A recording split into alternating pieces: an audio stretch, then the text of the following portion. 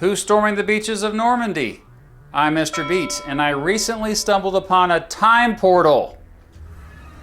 You just gotta believe me, okay?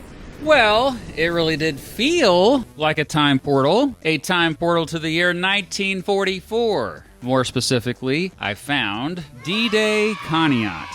Every year, thousands of people gather on the shores of, not Normandy, but Lake Erie to remember one of the most important days in world history, D-Day, June 6th, 1944. It's possibly, probably, likely the largest D-Day reenactment in the world. Back in the 1990s, folks began to realize that Conneaut, a small town in the northeastern corner of Ohio, was the perfect spot for a D-Day reenactment. Sure, its beach somewhat resembled Normandy, but more importantly, the steep banks around it made it easy to get a good view. The first D-Day Conneaut took place in 1999, and it was so successful, it's been happening almost every year ever since. Freaking pandemic.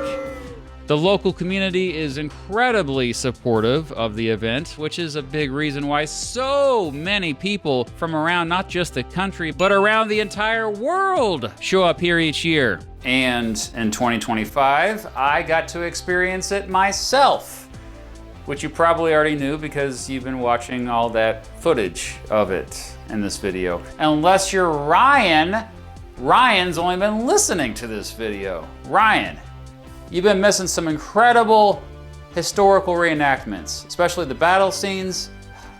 Come on, Ryan, watch. Just watch. All right, so who the heck are you? Sorry. I am the YouTuber World War Wisdom.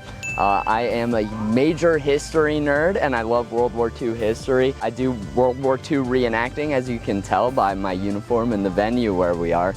We're at D-Day Conneaut today, an event that I've attended for many years. Probably something like 15 years since I was a little kid. I've been coming here. Dang. Yeah, long time. I have a YouTube channel about World War II history and reenacting. I really get into the gear and the experience of the soldiers who fought in the war, what they were going through on a day-to-day basis. That's what really interests me. This event, this is huge. This is incredible. I mean, I'm not used to seeing so many people show up to something about an event that happened 80 years ago. My name is Caitlin Watson and my channel is Nurse Lemon Drop. I do a lot of World War II medical specifically. I really like to hone on to just because medical is kind of more my niche, and educating people on really what went on during World War II on the medical side of things. No, my name is Will. I'm not going to give my full name, but my name is Will. My channel is Echoes of the Past. I've been doing that channel for about 4 years now. But I've been reenacting here for about 5 years. Where are you all from? I'm from Tennessee. A lot of these guys are from Florida.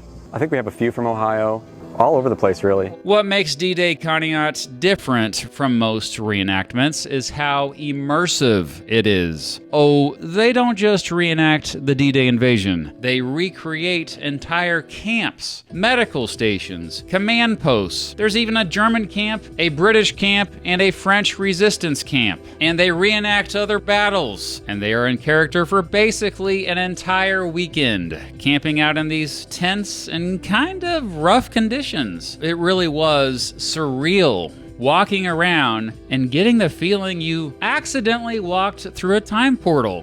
What is it about this experience that is so resonating? What makes this such a much more powerful experience in terms of the historical aspect of it? Right. To me, this is another piece of the puzzle. You can't get everything from coming here. You still have to read the books. It's so cool to watch the movies and see an accurate depiction of what something like that might have been when you're talking about historical events. But when you put yourself in their shoes, you can kind of understand that stuff firsthand.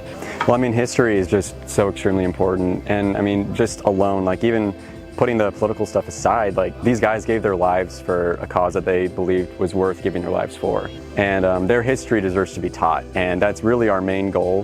When we put together our uniforms and our gear, we want it to be as accurate as possible down to the smallest detail, because we just, our goal is to really just accurately portray these guys and keep what they did, the remembrance of what they did alive, and just really teach their history. The event has grown so big that there are now additional shows, a food truck court, and lots of vendors selling World War II and military history memorabilia. Of course, the highlight of the event is the beach landing itself. Look at all that, man. Hundreds of reenactors storm up the shore while pyrotechnics explode around them. There's a tank, even planes flying above. It's loud, chaotic, and a bit overwhelming even for an audience member, which is kind of the point. Even though it's just a reenactment, you really get a sense of how terrifying and confusing it must have been for the real soldiers who sacrificed everything to fight fascism. Speaking of real soldiers, we even found actual World War II veterans at this event.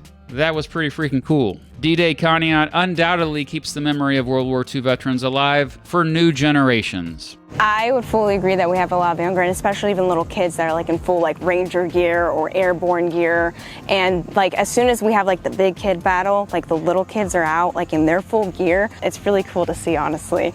And we kind of like as the D-Day, we kind of like joke of like, that's our future reenactors, but it really is, that's our future history. But here's the thing, we can never truly recreate the fear, the sacrifice, or the sheer scale of what happened that day. More than 4,400 Allied soldiers died on D-Day, and tens of thousands of others were wounded or went missing. That's why events like this matter. They help us remember. They're simply another great way to trick the kids into learning history. If you ever get the opportunity to visit D-Day Conneaut, I strongly recommend that you do. Where else can you see 1,500 reenactors of all ages and backgrounds, all passionately uniting to give us a deeper understanding of such an important event? And sure, the battles are cool, but it's not just the battles. You can walk through Allied and Axis camps, field hospitals, and command posts, feeling like you actually went back in time 81 years. History isn't just something we read about or watch videos about. It's something you can see, touch, and even wear. I want to join in on the fun, so I want to have the opportunity to put some gear on. So let's just do this. All right, here we go. And for one weekend in Ohio each year, you can do just that. To remember the day that changed the course of history. So there you have it. This has been quite the experience at probably the largest D-Day reenactment in the world, and it's in Ohio. If you ever get a chance to come out here, I strongly recommend it. I've only been here for a few hours, and I'm already just, I don't want to say blown away, because it's probably not the best pun used for you talking about D-Day. I'm just amazed. There we go. I'm amazed by this place. It's truly unique, and it's just one of those things that is probably the best possible way to get young people excited about history. So yeah, everybody come to Conneaut next August.